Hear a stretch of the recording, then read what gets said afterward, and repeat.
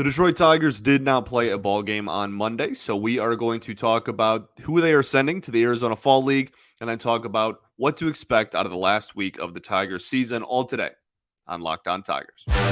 You are Locked On Tigers, your daily Detroit Tigers podcast.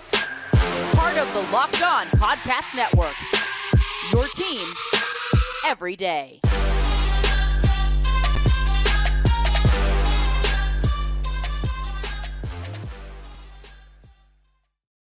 What is up, everybody? Welcome back to another edition of Locked On Tigers. I'm, of course, your host, Scott Bentley. Today is Tuesday, September 26th, 2023. Thank you so much for making Locked On Tigers your first listen every single day. We are free and available wherever you get your podcasts, including YouTube, part of the Locked On Podcast Network, your team every day. Be sure to check out the Tigers on the SiriusXM app. Just search Detroit Tigers. The next thing you know, anytime, anywhere, if you're listening to a ball game, you can do so from the SiriusXM app by just searching Detroit Tigers. The Tigers did not play a ball game on Monday afternoon, so it's our last off day of the season. A little sentimental, y'all. Last off day of the 2023 season. The next time the Tigers will have an off day, it will be the off season, and they'll have whatever that is, 4 straight months of off days. We have plenty of off-season stuff that we will talk about. I'm actually very, very excited to have some of these off-season discussions.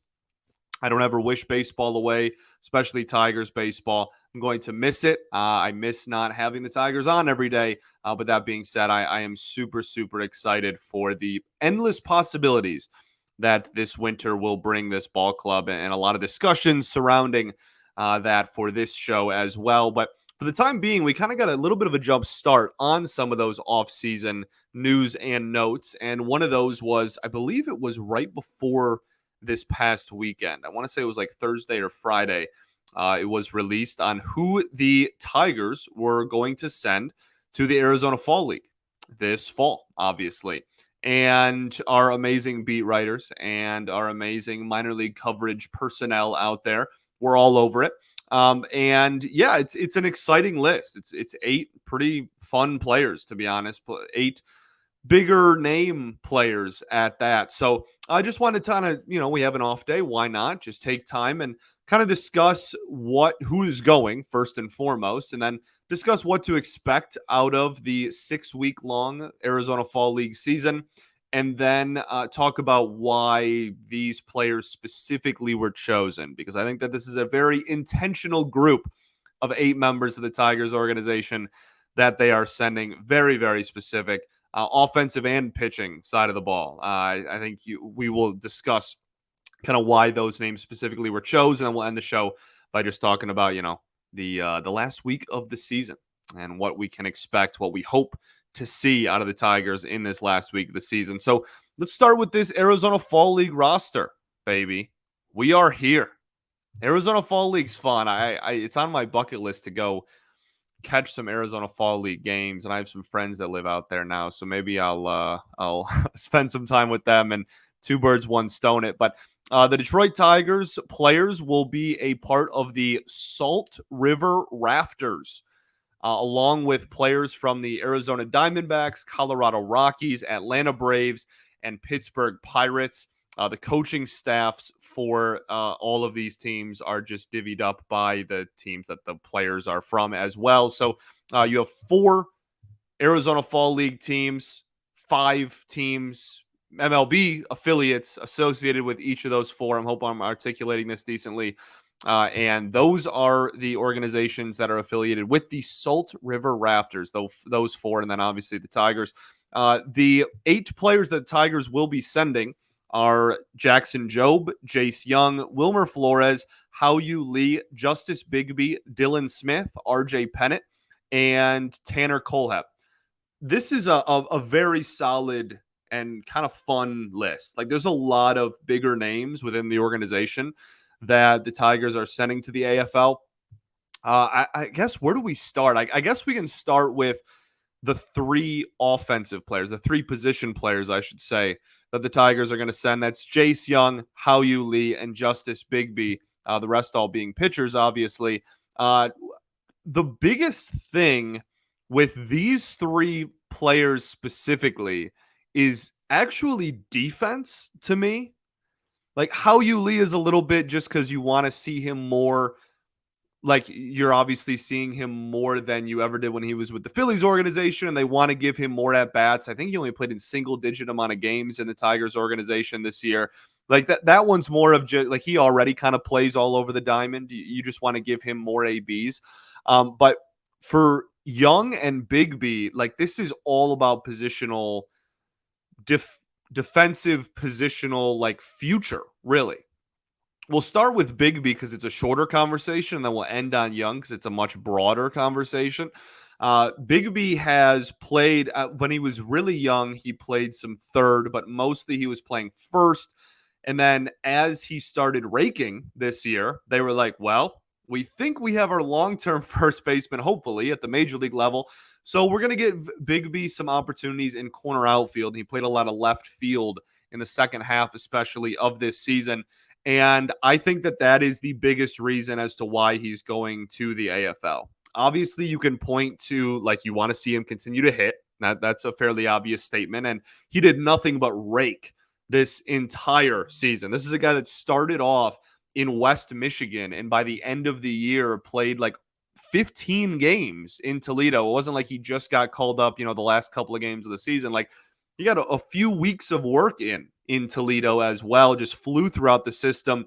OPS over 900 in West Michigan and in Erie, and batting average. I mean, that's the biggest thing with him. His batting average and OBP, batting average in like, I think across all three levels was like 340.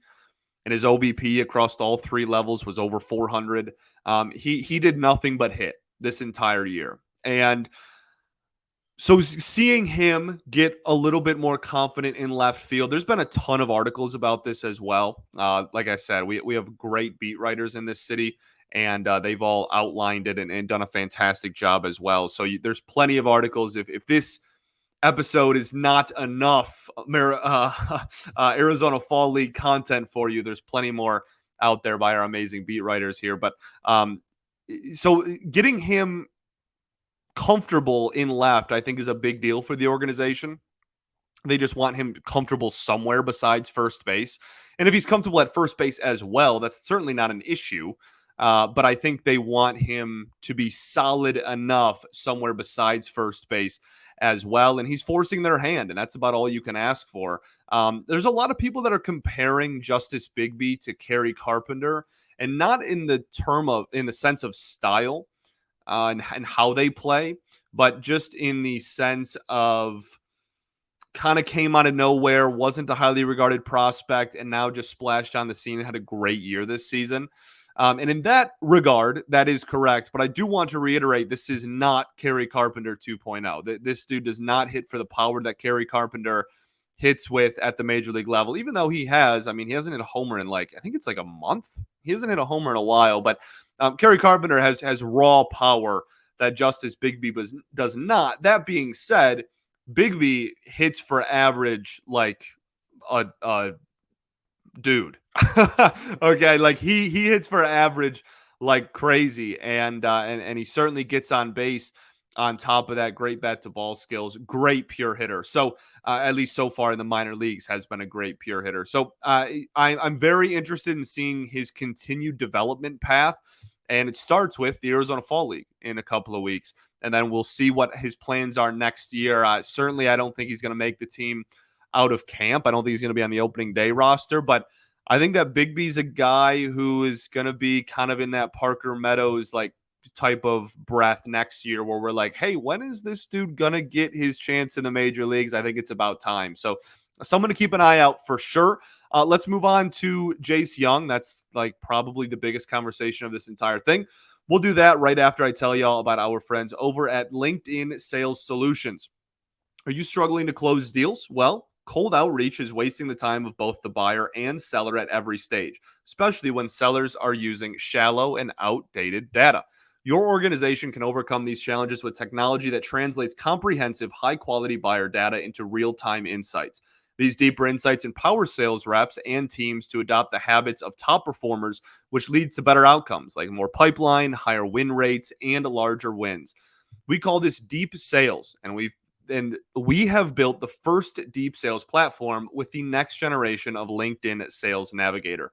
Right now, you can try LinkedIn Sales Navigator and get a 60-day free trial, 60-day free trial at linkedin.com/LockedOnMLB. That's linkedin.com/LockedOnMLB for a 60-day free trial. Let LinkedIn Sales Navigator help you sell like a superstar today. Just go to linkedin.com/LockedOn to get started.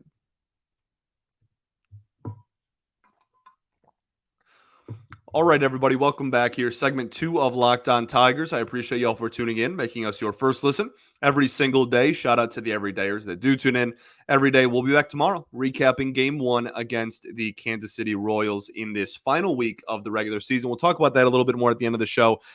So as far as Jace Jung goes, I think that this is probably the biggest conversation of the entire list that we're sending to the AFL.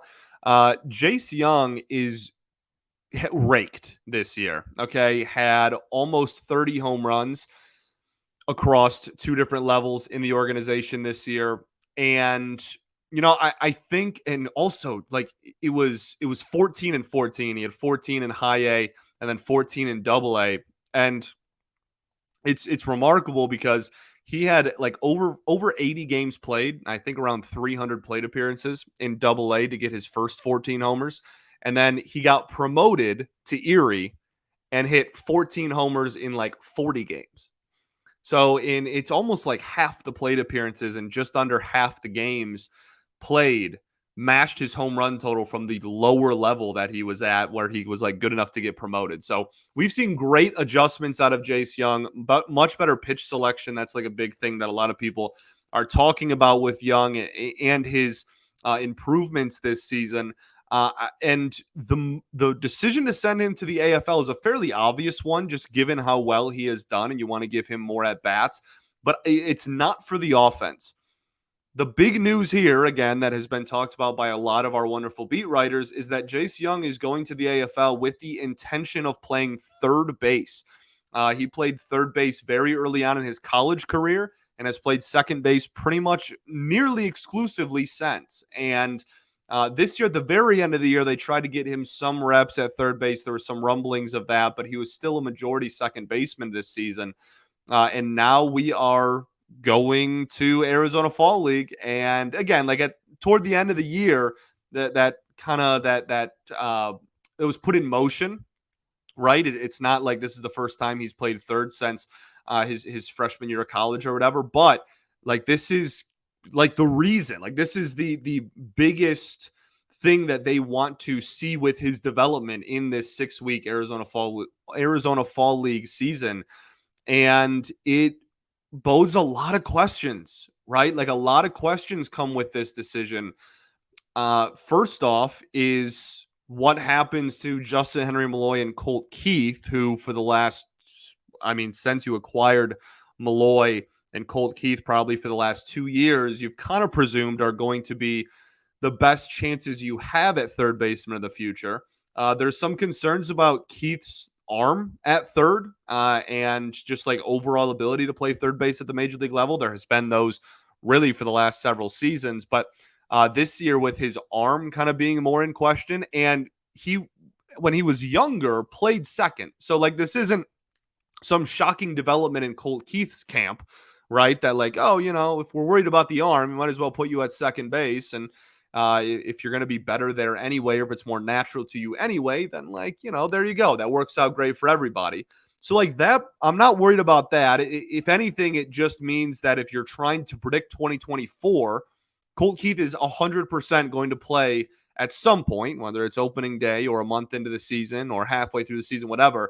He is going to play for the Detroit Tigers next year, and there's a big conversation about where he fits into the lineup. And I think when, like, indirectly, or I guess maybe pretty directly, this viewpoint of we want to give Jung a legitimate look at third means, okay, maybe the organization is a lot more set and comfortable with penciling in Keith to be this team's second baseman going forward. And it's also important to remember this is still AJ Hinch and Scott Harris. right? I have no doubt that at some point both of these guys will play a few different positions just because that's how this organization is. But, you're going to have a primary position for sure. And I think that it kind of leads to the just natural conclusion of that. But on top of that, then you go to Malloy. Look, there's no like super duper nice way to say what I'm about to say, but he has just not been a good defender wherever they have put him. They've tried him at third. There were serious concerns. People were really not impressed with him at third base. They tried putting him in left field. He's not going to be a plus defender out in left field. Uh, in a perfect world, you're not calling up a rookie to just be a DH. That's not maximizing value. I'm not saying it's impossible. I'm not saying that it's not something that they might end up doing. I'm not saying that you can't be a good Major League Baseball player as a pure DH. Not what I'm trying to say. But this organization clearly is about maximizing value at its present state. Thus, all these other positional changes. And I mean, we've seen so many players like not get called up, and the reason cited is for defense. So I think that like I am not holding my breath on Malloy being the third baseman of the future for this team. Honestly, I don't even really think about that at all anymore. I've that ship has sailed in my brain. I very few parts of me believe that Malloy is going to be this team's third baseman going forward. And then outside of that, who else do you have in house? Are you banking on Nick Maton? I don't think so. Matt Vierling, no, you don't want him to be your everyday third baseman of the future. Certainly not. That's kind of it. You don't really have anyone else waiting in the wings that plays third base. So, if you're not confident in Malloy, you're not confident in Colt Keith sticking there, and Young has had the great offensive season that he's had, you have several second basemen. That is like quickly, organizationally wise. I'm not going to call it log jammed because it's all about hitting at the major league level. If they can't do that, then it doesn't matter how many bodies there are there. That'll kind of sort itself out offensively. But you do have depth there. I'll put it that way. You have a lot of players that range from like mildly decently regarded to like some of the better prospects in your entire organization that all check in as second baseman. So I'm all for it. I'm not here to tell you that I think that Young is guaranteed going to be this team's third baseman in the future. I'm not saying that he's going to look, fantastic over there. I have no idea how he's going to look. I have not seen enough tape on him in general at third base, period, to come to a conclusion up to this point. So that'll be something to watch. But I can tell you that I'm 100% in support of the decision to send him to the AFL and play third base there. I love it.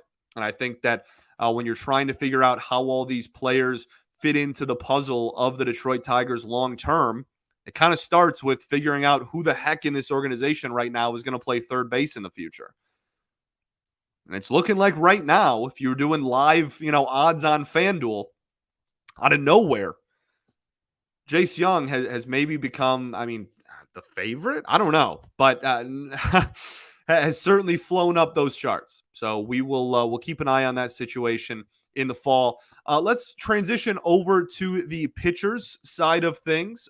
We talked about it earlier on. The Tigers are sending, let me get the list back up here, Jackson Jobe, Wilmer Flores, Dylan Smith, RJ Pennant, and Tanner Kohlhepp to the Arizona Fall League as well. We'll talk about why they chose those 5 pitchers specifically right after I tell y'all about our friends over at Jase Medical. Everyone should be empowered to take care of themselves and their loved ones during the unexpected. That's why Jase Medical offers the Jase Case. The Jase Case provides 5 life-saving antibiotics for emergency use and gives you the peace of mind so that you are not just hoping that you have access to medication in an emergency. Jase Medical makes sure that you have medication in hand, and it's simple. They handle everything from online evaluations to licensed pharmacy medication delivery and ongoing consultation and care.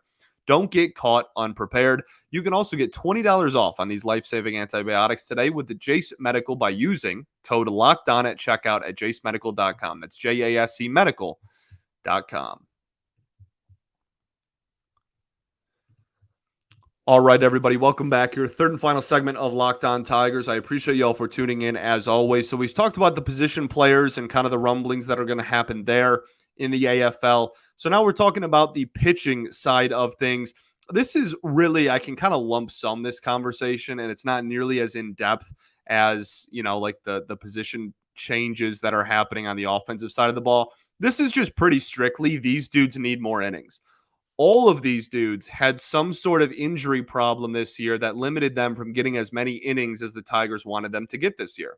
So they're sending them to the AFL. It's really not rocket science. It's not super complicated. Jackson Jobe missed almost the entire first half of the season with his back problem. Wilmer Flores he had some injury problems as well, was kind of spotty. He also didn't take there was a lot of hype around Wilmer Flores last year, right? 2022, Wilmer Flores, one of the biggest storylines in this entire organization. He had a sub-2 ERA in single A, ended the season in Erie. This season, I think he ended the year with a 3.9 ERA. He is going to start game one for the Eastern League playoffs or championship for the Erie Seawolves on a Monday night. That is before I'm recording this episode. So we will see. We'll update that situation throughout the week. 3 games set there for the Seawolves.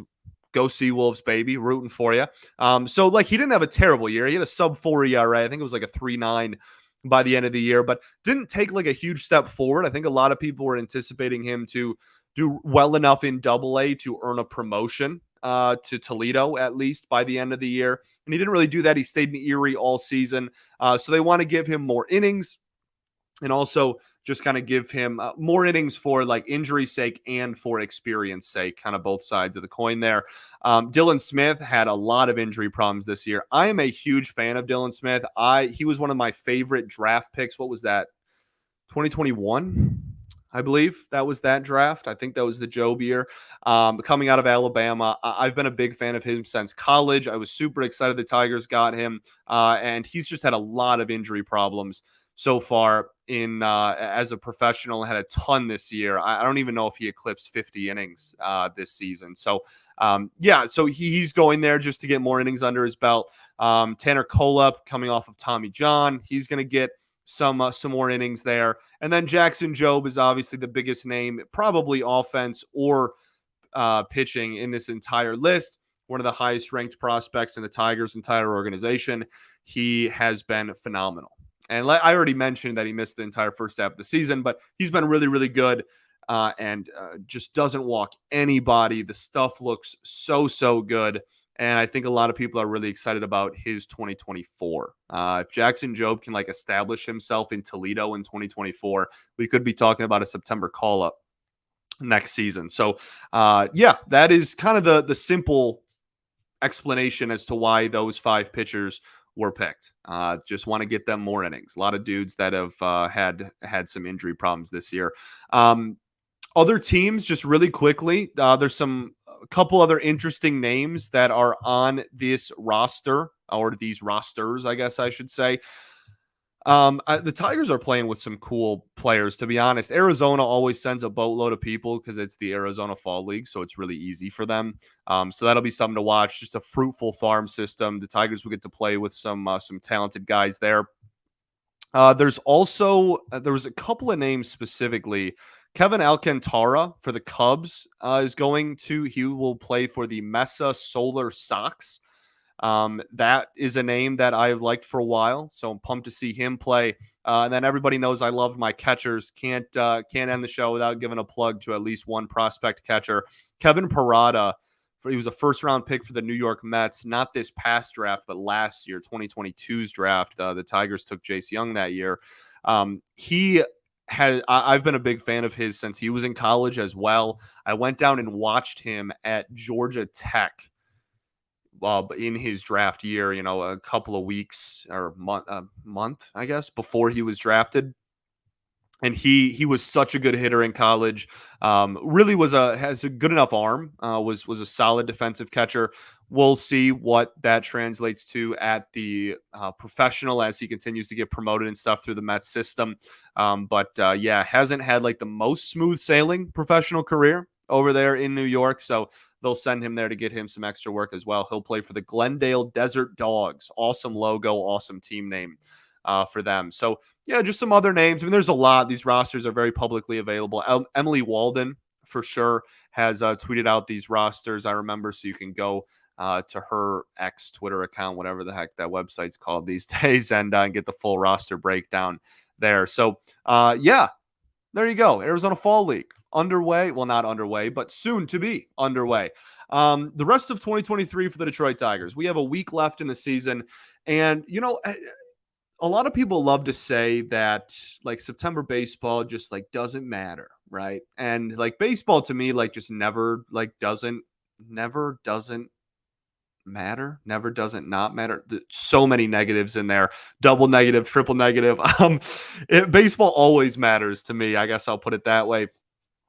So I'm gonna enjoy this last week of Tigers baseball, no matter how the season has gone. The season's also gone better than a lot of people expected. I've said it a lot, but you got to remember, like I said 74 wins, and I was called like the brainless like optimist, and they're gonna eclipse that. So yeah, this season has gone. We'll break down much more of like, was this season a success or a failure? What went right? What went wrong? All that kind of good stuff when the offseason officially gets here. But this last week in the season, you can really kind of change the public eye a lot if you do well here in these last 6 games, right? Like 6 games is a lot, dog. Like you're talking, there's 73 and 83 at the time of this recording, right? You know the difference in the public eye. If they lose out, they will go 73 and 89. They will almost lose 90 games, right? They will not get to my preseason expectation of 74 wins, right? Like there's a big difference between 73 and 89, a 15 game difference between how many wins and losses you've had versus if they were to win out, then they would go 79 and 83. That's 4 games difference, right? You're talking about a huge swing there. 15 games separating wins and losses versus 4. Just because of 6 games at the very end of the season. So obviously they're not going to do either of those things. They're probably not going to, well, I shouldn't say obviously. I don't think they're going to lose out. I also don't think they're going to win out. If they do lose out, you can blame me. That's fine. But the truth probably lies somewhere in the middle. But if they go, if they go 4-2 here, right? You're talking about a 77 and 85 season. That's matching the 2021 record. I think that's reason for optimism in the Motor City. And you don't play difficult teams either. You play the Kansas City Royals, who we'll preview in a second, and then you end the season by playing the Cleveland Guardians. The last thing to watch out for is that Cleveland Guardians series. The Tigers, at the time of this recording, are half a game back from Cleveland in terms of record. Cleveland 74 and 83. Tigers are 73 and 83. Okay. You end the year with a 3-game set against that team. You're going to be close with them in the standings. You know how cool it would be to finish second place in the AL Central? It doesn't take away from the fact that this is one of the worst divisions we've ever seen. Certainly. I'm not going to ignore that or just like pretend like, oh, it's the equivalent of getting second place in the AL East. No one's saying that. But you dominated the AL Central. You had a winning record against literally every single AL Central opponent. And if you were to finish second, I think that would give a lot of people optimism. We can't control who's in our division. I'm sorry. I'm not going to complain about it. I'm not going to apologize for the fact that 4 other teams are bad and like in the same breath as we are this year. I'm not going to be sorry for that. So at the end of the day, you play who you play, and you have to beat the teams in your division. You have to have the best record of the teams in your division to make the postseason. So I think there would be a lot of optimism going into next year if the Tigers finished in second place, had a mid or even upper 70s win total, and another offseason to kind of maybe get better, etc. I think that would go a long way. So that's what I'm hoping for. In the meantime, though, Tigers play a 3-game series against the Kansas City Royals. Similar conversation to the Oakland A's series, really. I mean, like, for as much heat as the A's get for just like intentionally trying to lose, the Royals are terrible. This team is also going to push like 110 losses. I don't think they're going to reach it. I don't even know if it's possible for them to reach it. They might fall a few games short even if they lose out, but they are already over 100 wins. Goodness, 100 losses. I think they already have 102 losses on the season going into this series. So this is a at home, which for a normal team is an advantage. Okay, let's grow up. All right. Home against a team that, again, like you are 20 wins better than. You should be able to take care of business here. I've said it all season. I don't expect the Tigers to sweep anybody, no matter how good or bad the opponent is that we are playing. I don't expect the 2023 Tigers to sweep anybody. I don't think they're really good enough to predict that, no matter how bad the opponent is. But if you drop this series, that's awful. And that's a really, really sour way to send out Miguel Cabrera and send out the season series against the Royals. And just like go into the final weekend of the year. That would be kind of a sour note to go into that final weekend on. So let's take care of business. Let's at least take 2 or 3. The pitching matchups, they're not official yet because they have an off day Monday, so they're going to rearrange some stuff, I'm sure. Greinke is pitching for the Royals in game 1. The Royals have a TBD. They might go bullpen game in game 2. And then Cole Ragans, who actually has not had a bad year for the Royals, will pitch game 3. The Tigers, none of the pitching matchups are announced. I would imagine, just playing like the guessing game here, that you would see some combination of Reese Olson, Tarek Skubal, and Sawyer Gipson-Long, because those were 5 days ago. Well, if you start, Reese Olson was 5 or even 6 days ago, and then you have an off day in there as well. So I'd imagine that they can roll that out if they wanted to, but they might just go bullpen day to give one of those guys an extra day of rest. We'll see what happens, but I think it would be some semblance of those 3 guys getting the nod here in that order as well. So, yeah, 640, and 110 are the start times. Let's take care of business against a team that we are much, much better than. Okay, that would be really cool to go into the Cleveland series with 76 wins. That'd be nice. 75 wins if you take 2. That'd be really nice. Thanks for making Locked On Tigers your first listen every single day. Free and available wherever you get your podcasts, including YouTube. Shout out to the everydayers that do tune in every day. We'll be back tomorrow, recapping that game 1 against the Kansas City Royals. I'll catch you all then. Peace and love. Going to therapy's dope. I'll see you tomorrow, baby. Go Tigers.